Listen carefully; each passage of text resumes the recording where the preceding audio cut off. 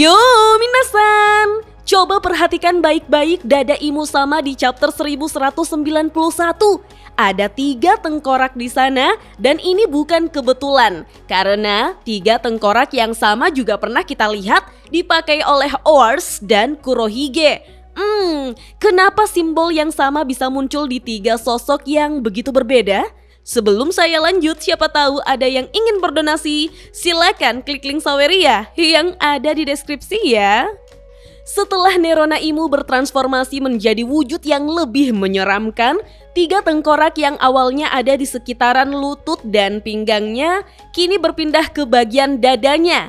Jadi kemungkinan besar 3 tengkorak inilah yang akan menjadi petunjuk terbesar jika One Piece akan segera tamat minasan. Bagaimana tidak, ada persamaan yang begitu menarik dengan 3 tengkorak milik Kurohige dan 3 tengkorak milik Oars ataupun Little Oars.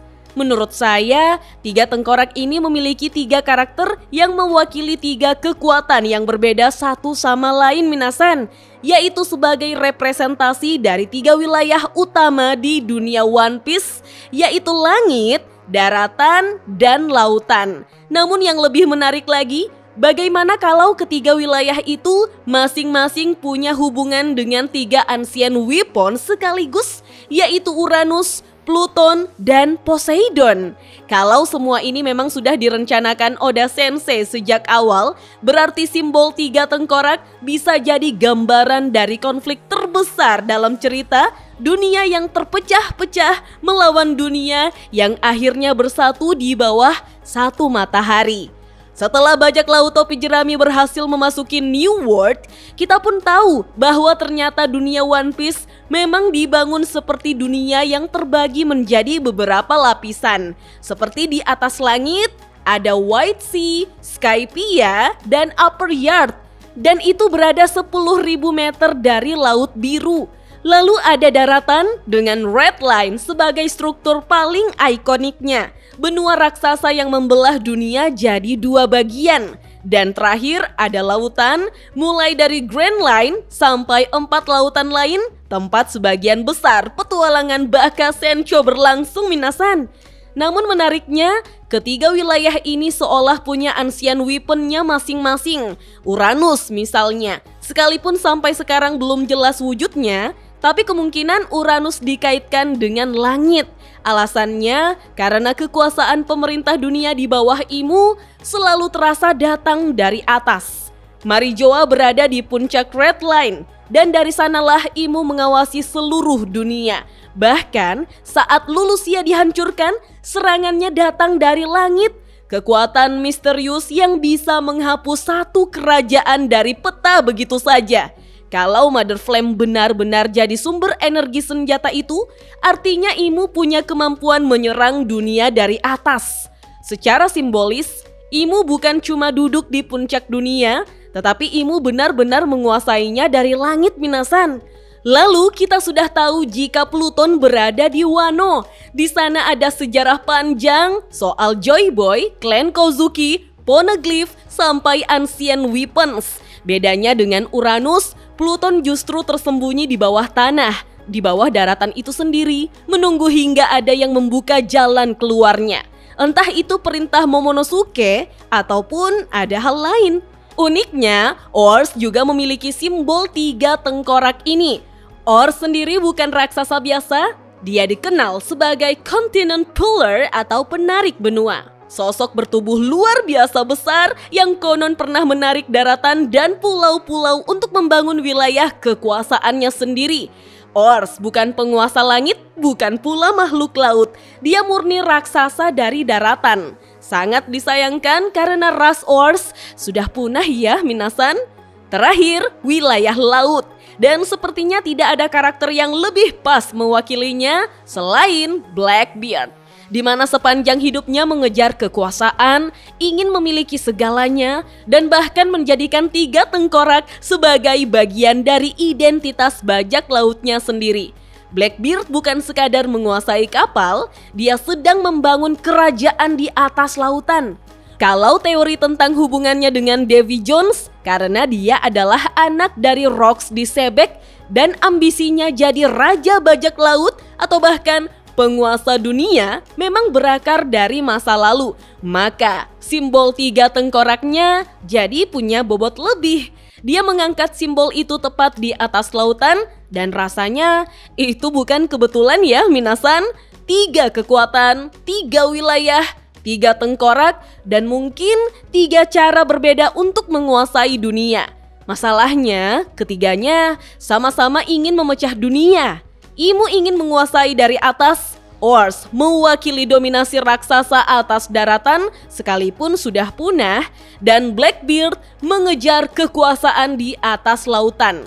Namun, Luffy justru tidak ingin menguasai dunia. Dia sama sekali tidak berambisi duduk di atas Red Line dan memerintah semua orang. Juga tidak ingin jadi penguasa lautan seperti Blackbeard. Yang dia inginkan cuma satu, yaitu kebebasan. Itu juga kenapa sosok Nika terasa begitu penting. Nika bukan simbol satu wilayah tertentu, bukan dewa langit, daratan, atau lautan. Nika adalah simbol kebebasan itu sendiri. Satu matahari, satu dunia. Dan mungkin inilah mimpi Joy Boy yang tidak sempat terselesaikan di masa Void Century, menyatukan dunia yang sudah lama terpecah. Kita tahu bahwa di langit punya masyarakatnya sendiri, daratan dihuni manusia dan para raksasa, laut jadi rumah bagi manusia ikan dan duyung. Ras-ras ini sering hidup terpisah karena sejarah, diskriminasi, perang, dan batas geografis yang tidak masuk akal. Kalau mimpi Joy Boy sebenarnya soal menghapus semua batas itu, maka 3 ancient weapons bukan cuma senjata, mereka representasi dari 3 bagian dunia. Uranus untuk langit, Pluton untuk daratan, Poseidon untuk lautan. Kita juga sudah tahu jika Poseidon adalah Shirahoshi yang bisa berkomunikasi dengan Sea Kings dan kekuatannya berasal langsung dari laut. Kalau digabung dengan 2 ancient weapons lain, polanya jadi jelas, langit, daratan, laut. 3 bagian dunia, 3 kekuatan, dan 3 simbol minasan. Dunia lama memakai ketiga kekuatan ini untuk mempertahankan kekuasaan. Tapi generasi Luffy mungkin akan memakai warisan yang sama untuk menghancurkan batas yang selama ini memisahkan dunia. Pertanyaannya, kenapa Red Line begitu penting? Secara simbolis dan struktur geografis yang membelah dunia, Marijoa dan Imu berada tepat di puncaknya. Penguasa dunia berada persis di atas struktur yang memisahkan dunia itu sendiri.